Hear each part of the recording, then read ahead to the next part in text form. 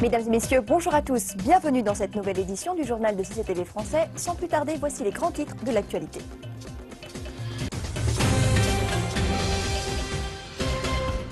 Près d'une centaine de personnes disparues après un glissement de terrain dans un parc industriel à Shenzhen en Chine.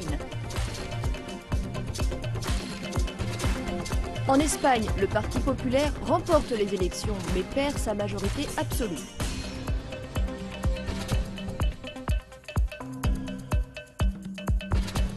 Au Yémen, l'ONU annonce la fin des discussions en raison de la reprise des combats.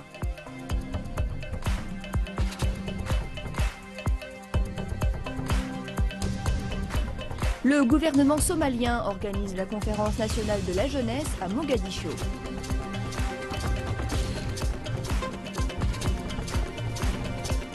Entrée en vigueur des accords de libre-échange de la Chine avec la Corée du Sud et l'Australie.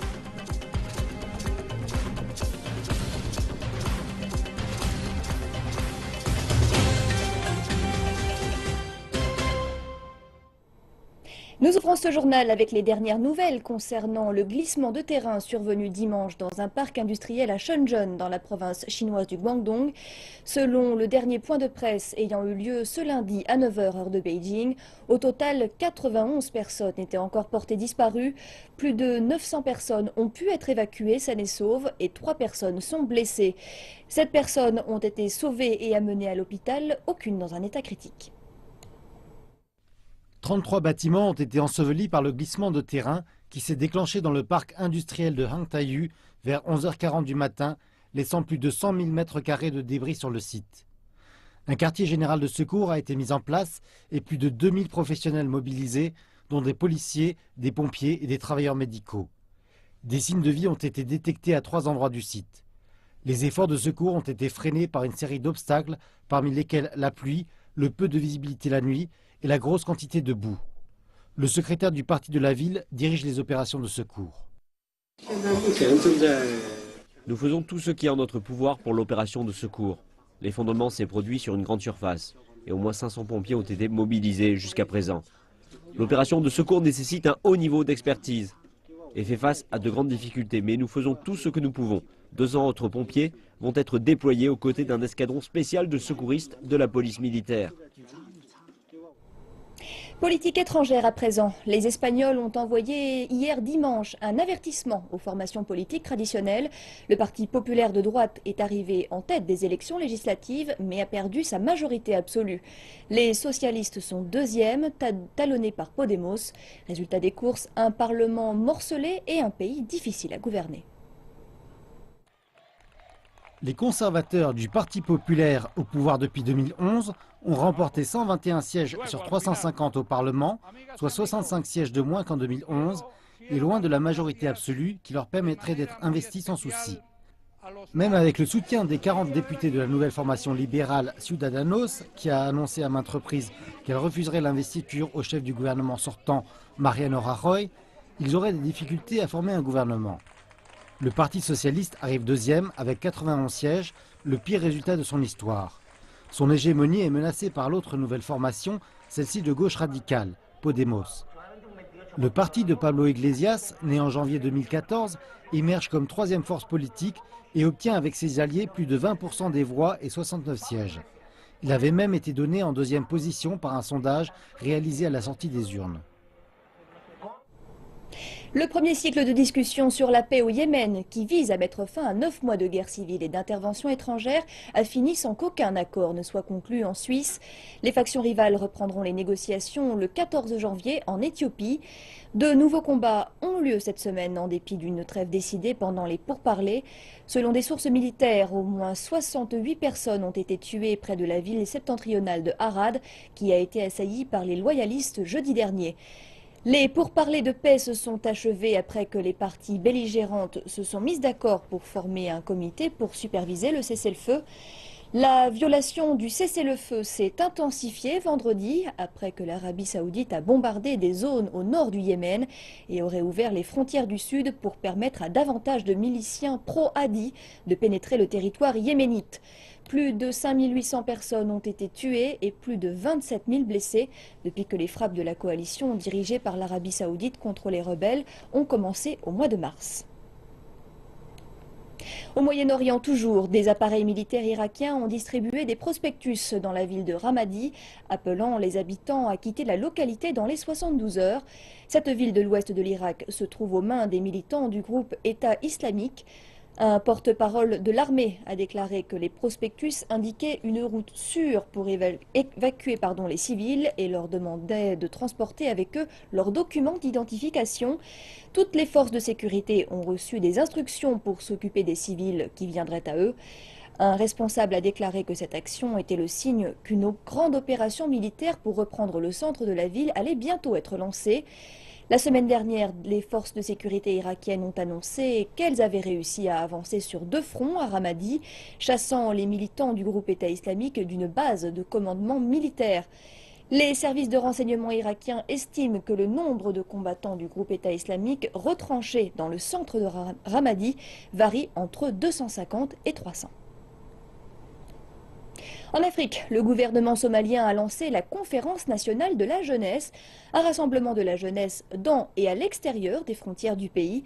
CCTV a participé à la conférence à Mogadiscio.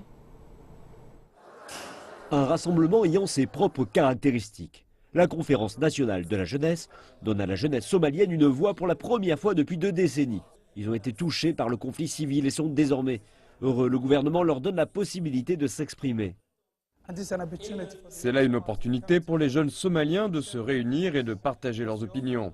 2 tiers de la population somalienne est constituée de jeunes de moins de 35 ans, ce qui constitue un nombre important, et nous avons un plus grand rôle à jouer à l'avenir. Le rassemblement réunit les jeunes venant de tous les États du pays. Certains également sont originaires de la diaspora, tels que d'Europe et des États-Unis. Les discussions d'aujourd'hui visent à forger l'avenir de cette jeunesse, alors que la représentation politique revêt une importance particulière en Somalie. Il s'agit du premier rassemblement du genre à être organisé en Somalie et le premier en 2 décennies. La jeunesse somalienne rassemblée ici aujourd'hui a un message pour le gouvernement somalien, que ce sont eux les dirigeants d'aujourd'hui et de demain. Le Premier ministre somalien a cependant indiqué que son administration accorderait la priorité aux intérêts de la vaste population jeune du pays, à la recherche de vie meilleure. Notre jeunesse est confrontée et continue de faire face à nombre de défis. Ils sont devenus les victimes de l'extrémisme. Ils ont été contraints de rejoindre des groupes militants. Certains ont dû fuir le pays à la recherche d'une vie meilleure ailleurs. Mon administration combattra sans relâche pour mettre un terme à cette migration de la jeunesse somalienne. Également au programme était la politique nationale pour la jeunesse, un programme devant être lancé prochainement, quelques jours après que le Conseil de sécurité des Nations Unies a exhorté les États membres d'accroître la participation de la jeunesse dans le processus décisionnel. Nous sommes en train de finaliser cette politique nationale de la jeunesse.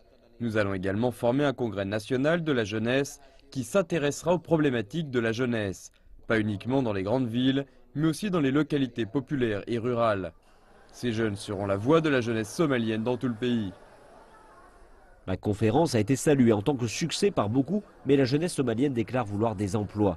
Pas seulement une conférence, et à moins que cela se réalise enfin, nombreux sont ceux qui continueront à fuir le pays à la recherche d'une vie meilleure ailleurs. Nous passons maintenant aux actualités chinoises et nous commençons avec de l'économie. Les accords de libre-échange entre d'une part la Chine et la Corée du Sud et d'autre part la Chine et l'Australie sont entrés en application hier dimanche. Les 2 parties réduiront les droits de douane sur certains produits. L'objectif à terme est d'éliminer tous les droits de douane. Nombre d'entre eux seront supprimés pour la première fois aujourd'hui et d'autres seront réduits dans moins de 2 semaines. Les discussions sur un accord de libre-échange entre la Chine et la Corée du Sud ont débuté en mai 2012 et l'accord final a pris 3 ans pour être finalisé. Les pourparlers entre la Chine et l'Australie ont pris plus de 10 ans et un accord a finalement été signé en juin de cette année. Les 2 accords couvrent des champs variés, comprenant les biens, les services et les investissements. Et les experts disent que les deux accords de libre-échange fourniront des opportunités de faire progresser les partenariats de coopération.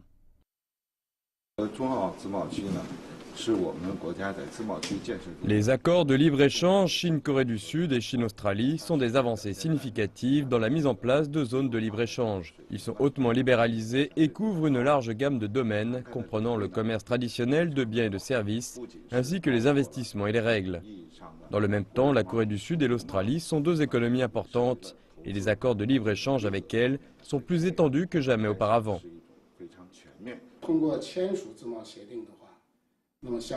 Selon l'accord de libre-échange, les deux parties vont éliminer les droits de douane et enlever les barrières au commerce et à l'investissement. Cela aidera la Chine à exporter en Corée du Sud et aidera les compagnies sud-coréennes à accroître leurs exportations vers la Chine afin d'augmenter le volume du commerce bilatéral. La Chine est le premier partenaire commercial de la Corée du Sud et la Corée du Sud est pour la Chine le troisième plus important partenaire commercial. L'accord de libre-échange ne va pas seulement réduire le prix des biens importés ou exportés, mais va aussi créer des opportunités pour les deux pays voisins. Les robots chinois sont plus modernes et maintenant ils sont moins chers. Ces jouets robots sont arrivés en Corée du Sud ce matin et sont devenus les premiers produits exemptés de taxes grâce à l'accord de libre-échange. La disparition des taxes douanières représente 10% du prix final pour les consommateurs sud-coréens. La disparition des tarifs douaniers va nous permettre d'avoir un avantage sur les prix sur le marché sud-coréen et donc d'augmenter notre part de marché dans le pays.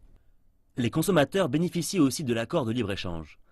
Dans la province du Shandong, une usine de fertilisants importe du sulfure liquéfié du Japon et de Corée du Sud. Mais depuis la mise en place de l'accord de libre-échange, l'entreprise a ajusté la répartition de ses achats.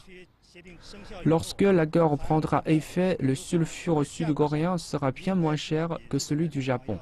En prenant en compte le coût d'achat, c'est le sulfure sud-coréen que nous achèterons. Des produits moins chers et plus d'opportunités pour les deux pays.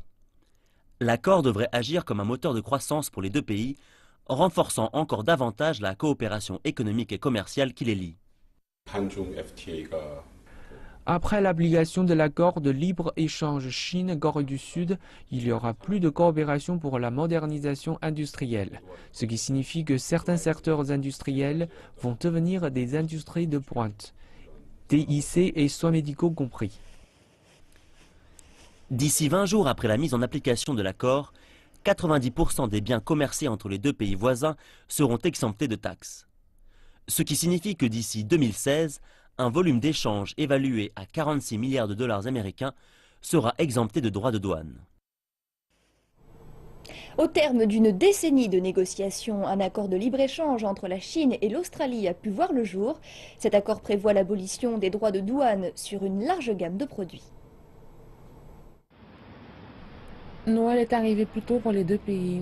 Les Chinois profiteront de mars à bon marché et les Australiens de fruits et légumes moins chers. Cela n'est pas le seul cadeau. Au cours des 4 prochaines années, les taxes sur le vin australien sera supprimée et d'ici 2019, les taxes sur les raisins, cerises et mangues disparaîtront également. L'objectif est de supprimer les tarifs douaniers des exportations chinoises vers l'Australie dans les 5 prochaines années. Les échanges commerciaux de la Chine et de l'Australie sont très complémentaires. Les importations chinoises ne seront pas concurrencées et le libre-échange profite largement aux deux pays comme le textile et les vêtements qui ne sont pas fabriqués en Australie et proviennent essentiellement du marché chinois. La mise en œuvre du plan zéro taxe sur les produits chinois bénéficiera aussi à l'Australie.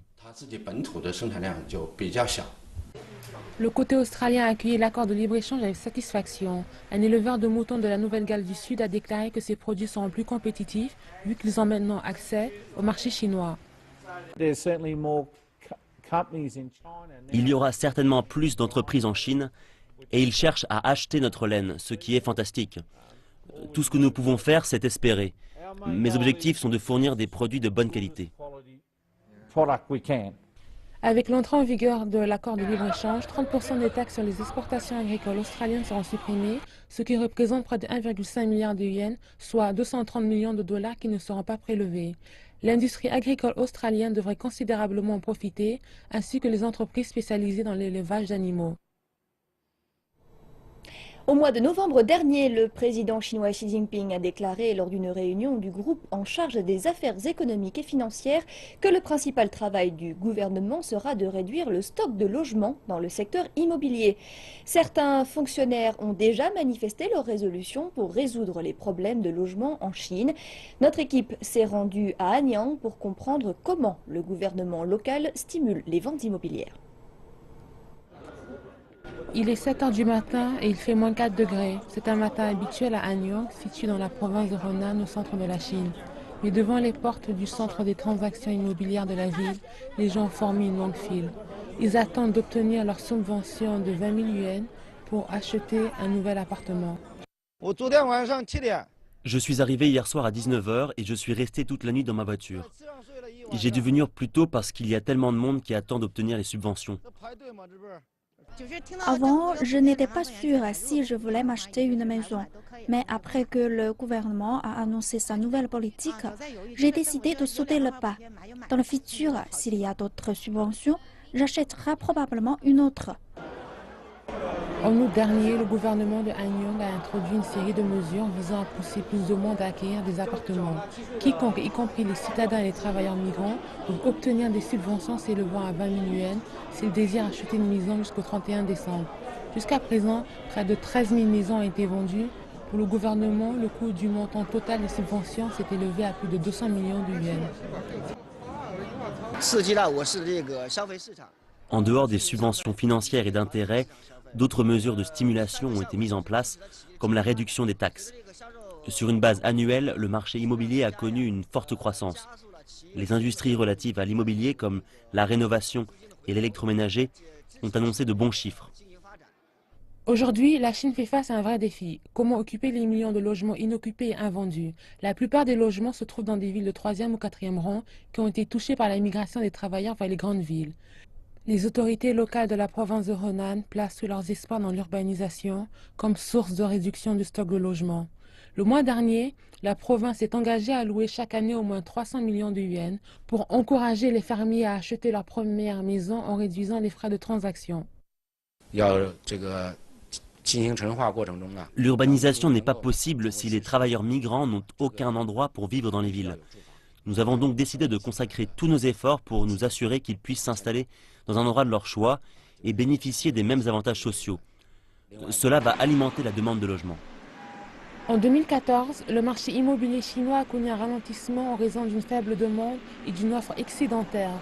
La tendance est maintenue en 2015 avec une réduction des ventes et prix qui s'est poursuivie. Selon les données du Bureau national des statistiques, l'inventaire des maisons invendues a atteint le record d'une surface totale de 686,3 millions de mètres carrés à la fin du mois d'octobre, un bond de 17,8% par rapport à l'année dernière. Pour les analystes, la réduction du stock de logements dans le secteur immobilier fera probablement l'objet de la discussion de la conférence de travail du Comité central sur l'économie. Ce journal est maintenant terminé. Merci de l'avoir suivi et rendez-vous dans une poignée de minutes pour une nouvelle édition d'Afrique Info. Excellente suite de programme et à tout de suite sur CNTV France.